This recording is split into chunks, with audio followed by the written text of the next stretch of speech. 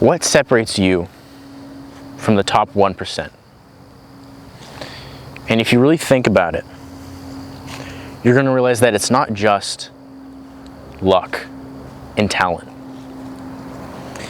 It's also what you do in your day-to-day life that makes a difference. The habits you do. Because of this, I broke down Atomic Habits, which I think is the most important self-improvement book to achieve your potential. If you want a copy, I'll link the book in the description if you're interested. Anyway, let's get into it.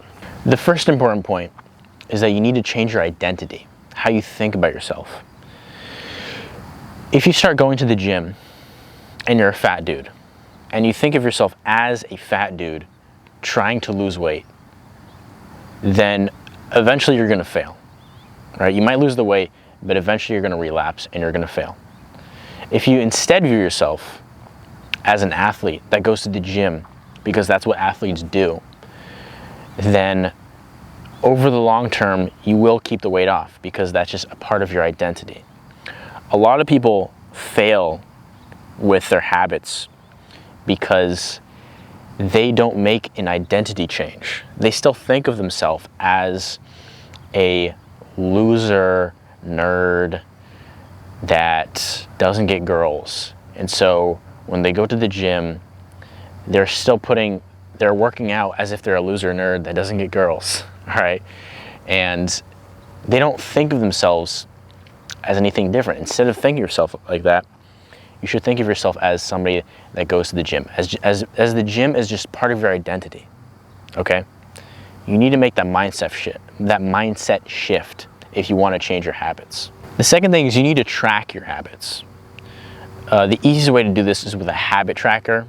A lot of people don't want to take the 5 minutes it takes to make a habit tracker, but it's literally just a sheet of paper that you write your habits on one side and you write like the days on the other side. And you write a check if you did that habit that day or an X if you didn't. It's that simple, yet most people won't do it, even though it will massively improve their chances of sticking to that habit. Now, if you are doing your habit tracker and it's been it's been a month, 6 months, and you're consistently sticking to the habit, eventually you don't need a habit tracker anymore. But it's crucial that you track your habits in the beginning of starting a new habit. It literally takes 5 minutes to do it. Tape it to your wall. Every morning you can get up and look at it and see the habits that you did throughout the week. At the end of the day, just check it off. I can't explain just how important it is, but trust me, it is so important. So you need a habit tracker. You also can't have an all for nothing mindset. This is something that most people struggle with. Most people, when they want to change a habit, when they want to go to the gym, for instance, they start to go to the gym every single day because they're hardcore and they're like David Goggins, right? And they go to the gym every single day and inevitably they get burnt out. And then they beat themselves up and they think, oh, I just wasn't serious enough. I don't have enough willpower. When in reality, if you want to stick to your habits in the long term, you have to take baby steps.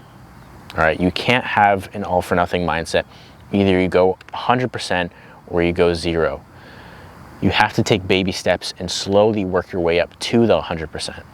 So if you haven't been to the gym ever consistently, then you should just start out with going a couple days a week, 10 minutes at a time, which sounds like ridiculous, but again, you're just building the habit of showing up because you've proven to yourself that you can't even show up because you fall off. So just build the habit of showing up. And then over time, you can add more, you can train harder and harder and harder to the point where you're working up to like the David Goggins type of workouts, okay? If you want to do that. But you need to just show up. Showing up is 90% of the success in the beginning. Just show up. Also, accountability is a massive thing. People don't have accountability for themselves. They don't hold their friends accountable when they mess up on a habit. You need to be able to hold yourself accountable if you miss a day at the gym. You need to have some sort of consequence for your actions if you don't do the habit that you want to do, Or if you do the habit that you don't want to do, if you have a bad habit of nail biting and you bite your nails, if there's no consequence to biting your nails, then you're just gonna do you're gonna continue to nail bite. Okay.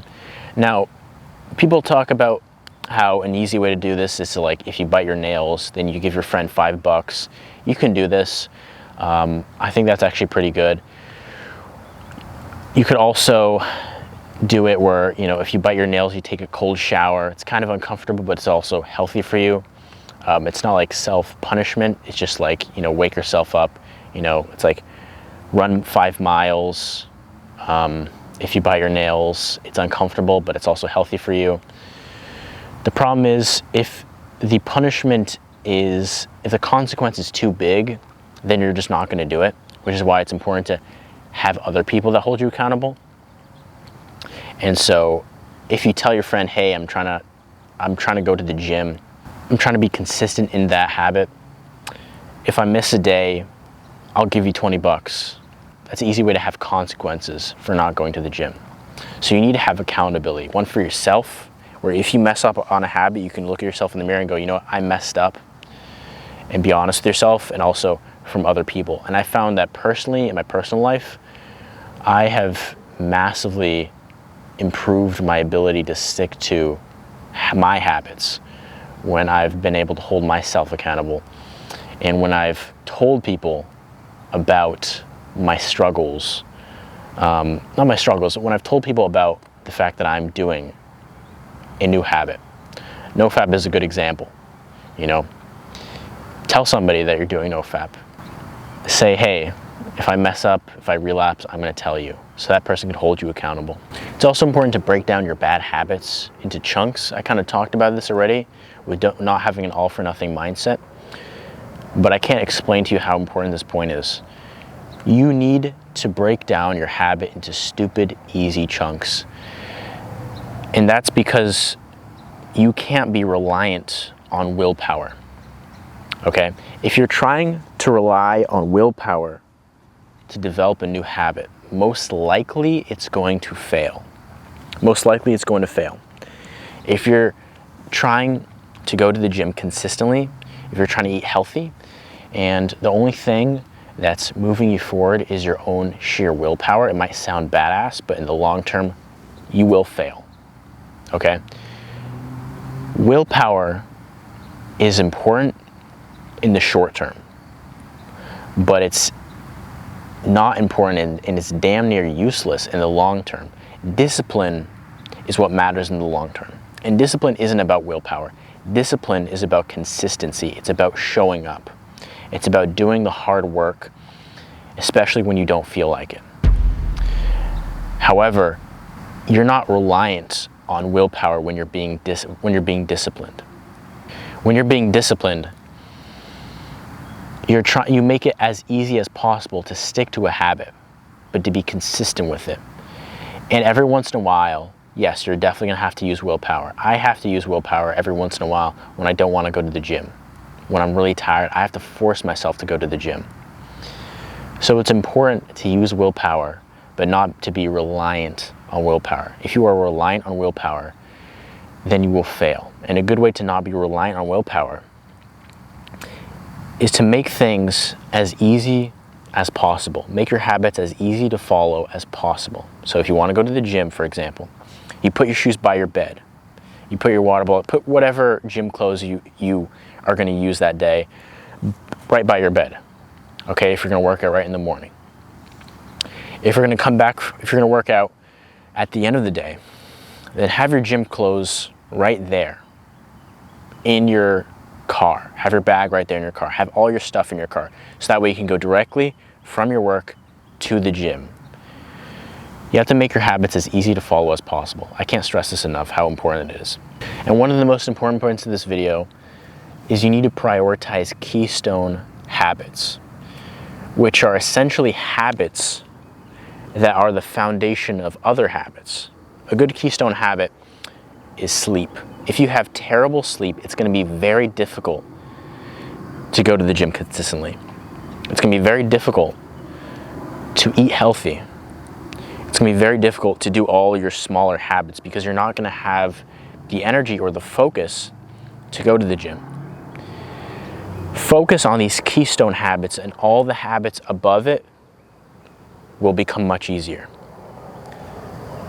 Keystone habits are 80% of your success. If you focus just on diet, sleep, and nutrition, every other habit is going to be easier because you're going to have the energy to be able to do those other habits. So focus on keystone habits. Reading is a good example of a keystone habit. The more you read, the more you educate yourself, the easier it is to improve other areas of your life. All right, so focus on these keystone habits and you will make progress. Again, if you're interested in Atomic Habits, I definitely get the book. I have a link in the description. If you click it, it'll help out the channel. You don't have to, but it'll definitely help out the channel. I make videos on self-improvement related topics like this one, so if you like this video, please subscribe. Anyway, that's all I got. See ya.